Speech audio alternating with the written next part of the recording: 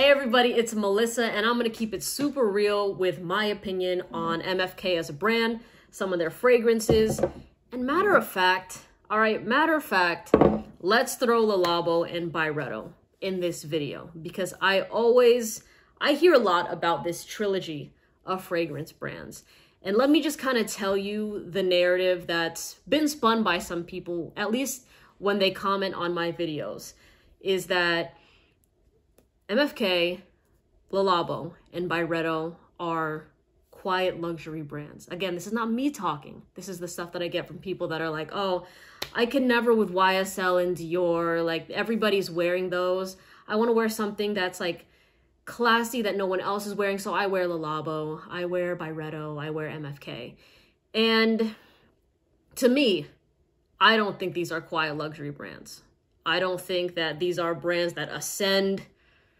I mean, they're niche brands, right? And again, niche and designer are two separate things, but I don't view it in a way of elitism where, oh yeah, MFK, I could never touch a YSL. I could never touch a Bath & Body Works. Because outside of Bakarat Rouge, who has been a superstar, who I'm saying who as if, you know, she's got legs and arms, but Bakarat Rouge is the trendsetter for those sweet cotton candy fragrances. So many dupes have come from just trying to copy this fragrance. So I give her flowers, all right? But outside of Bakarat Rouge, I do like MFK scents, but none of them have been fragrances that have become my signature scents. In fact, if you look at these bottles, you don't really see a dent, and you can go back and see my unboxing of each of these fragrances, and I have a couple more in there. I mean, I like them, but not for an everyday basis where I'm like, oh, this is my signature scent. And even with that, like, I wore these like a few times, but they're nothing that I continually go back to. And again, fragrances are very subjective, so for me to sit here and say, oh yeah, guys, this is worth it, these are not worth it, it really is dependent on you to go to Neiman Marcus or Nordstrom, smell them for yourself, and see what you like. That's what I always say. I'm just going to give you my honest opinion of what I love and what I like, what I don't like. But I just don't like that narrative with MFK, with Labo, with Byredo, that the people that are wearing these right now because they're trending on Instagram Reels or on TikTok, even on YouTube Shorts, where it's like kind of this nose, like a stuck-up thing, when these brands, they're great, but they're like your typical niche brands. MFK more popular, and those other two are getting more popular, but still with those scents, there hasn't been a fragrance that has really wowed me where I'm like, wow, I need a full-size bottle of this scent. It's so good, it's so addicting.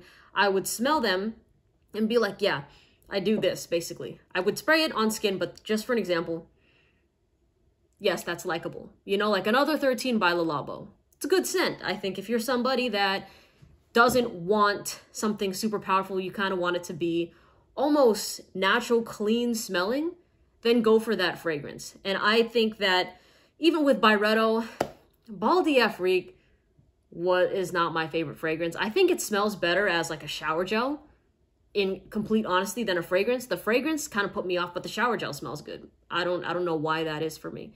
But still, the fragrances that I've tried from that brand were pretty forgettable, honestly. I wasn't like, oh damn, like it wasn't something that has stuck in my mind. Like, and I've had people like ask me and tell me, oh, what do you think of my fragrance when I go to their house? And then I smell it and I'll be like, oh yeah, like it's nice, but it's never something that like makes my eyes roll back or something that I'm like, ooh, wow, like they're wearing a sexy fragrance. At least from all of the MFKs and Labos and Byredos that I've tried, it just hasn't been that way for me. Now, I think that these three brands are great at playing it safe in a unique way. All right, let me explain what I mean by this. Because people, the average person is going to start looking into these brands because they want to be different. These three, that's what I should just call it. These three are the I want to be different brands, or I want to stand out from the crowd and not have everybody wearing what I'm wearing, but they are pretty popular brands. Do you know what I'm saying? And I don't mean that as a dig, y'all, okay? Because like I said, I express love for all sorts of fragrance brands, but at least from the type of people that I've seen that are really riding hard for these brands, they they want the unique yet safe option, because the fragrances haven't been too daring, maybe with the exception of like Oud Satin Mood, right? That one is a pretty powerful, very potent fragrance. I'm honestly not a fan of it, but I know as far as polarizing fragrances go, when your average person smells something like that in comparison to smelling something like Miss Dior, they'll be like, oh wow, this is very different. And the same way that people feel about Grand Soir. When they smell this fragrance, they're just like, oh wow, it's like a thick amber scent. I've never smelled anything like that before, because they're just used to the standard designer fragrances that you can find at Macy's, Ulta, and Sephora. So that's what I mean, is like, it's unique in that regard, because it's not as, like, these fragrances aren't as accessible as your standard designer ones, right? But then they're still accessible, because if you go to Nordstrom or Neiman Marcus, like more of these high-end retail stores, if you will, then you'll find more niche fragrances. That's where people find the, you know, all the Tom Fords. That's where people find the Creeds. Now they're seeing the Parfums de Marley's. They see the MFKs. You could see some of the Labos and some Byredos there, right? So then when people walk into that sort of store and they're like, oh, there's more fragrances here, they see the price tag that it's upwards of, like with Bakarat. Sometimes like the bigger bottle of it can go for over $500 retail price, and people are like, whoa. And automatically when they see a high price tag, they associate that as luxury and high class. So they want a piece of that, and they smell their other fragrances. And it's just, it opens up the fragrance world in a good, safe way for the average person. I really hope what I said there makes sense. And I think that it's a good thing. I think it's a good thing because these scents can be considered, well, I'm not going to say challenging, but they're considered unique in comparison to, let's take masculine fragrances, right? When you have your typical Dior Sauvage Bleu de Chanel, those bluish sort of scents, and then instead of that, you smell something like Grand Soir, or you smell something like Gentle Fluidity Silver. That's, you know, like Gentle Fluidity Silver is masculine, and it's different than the previous two designer fragrances that I mentioned. And people love that because they're like, whoa, no other guy around me is smelling like this. I want to smell like this. And it's still a captivating smell. So it's likable to the masses. I think these fragrances they're not daring. At least like these fragrance houses they're not daring.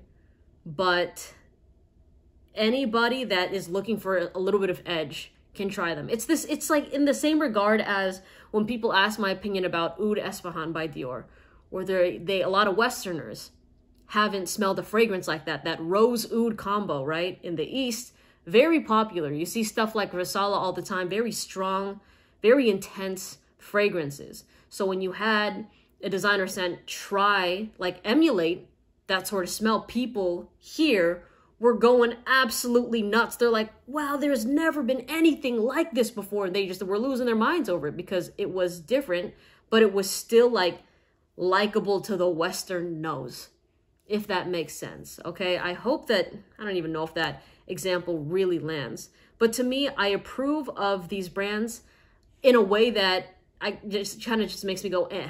You know, like they're good. I will recommend them to people, but for me, there's been nothing really magical about the fragrances that I've smelled from them outside of Bakarat Rouge. And before anybody says, oh, that one's overrated, you got to think there's a reason why the popularity skyrocketed, right? There's a reason why people love this, because before this fragrance, you weren't smelling a lot of that sort of DNA. So to be unique and to have a scent that has captivated so many people to a point that it has haters because people just want to be different and hate on something popular, you have to give it its props, right? But I'll recommend those. When it comes to Byredo and the Labo, for me, honestly, it's very much like, I find them to be just like a 5 out of 10 on a scale of like, yes, I'll recommend them, and yes, people will like them as their signature scent, they'll like them. But for me, they don't bring and they don't elicit any sort of reaction. I'm not like, wow, that's amazing. Like when I smell Delina versus another 13, I'm not going nuts about, or like whatever Le Labo fragrances that I have tried. It doesn't put me in that place where I'm like, that person's fragrance smells really good. I need to know what they're wearing, right? It hasn't landed with Byredo and Le Labo, but because of the clean aesthetic sort of vibe that they bring, Their popularity has surged. And on top of that, it's also a lot of celebrities. You know, they use those fragrances, and people are really into celebrity culture. So they want to wear what their favorite artist is wearing, and their favorite artist will say, oh yeah, I'm wearing a Santal 33 by Labo. So they'll look it up, they'll see the price tag, be shocked because it's over $150, which is what the average person is used to seeing when it comes to perfume, like 70 to 150 when it comes to designer scents. So it just draws their attention because of the price tag and because their favorite celebrity is wearing it, their favorite celebrity is wearing it. So they try it, and then they just really like it. But overall, good, but not great and memorable to me. Good, but not memorable. Like, you'll smell nice, but it won't leave that impression in my mind where I'm like, oh, that person was just, where you keep thinking about it in the same way that if I smelled somebody wearing Lamar by Kajal perfumes, like, that's going to be a fragrance I never forget. They're forgettable, you know, but I don't want to even say, but in a good way, but they're good. All right.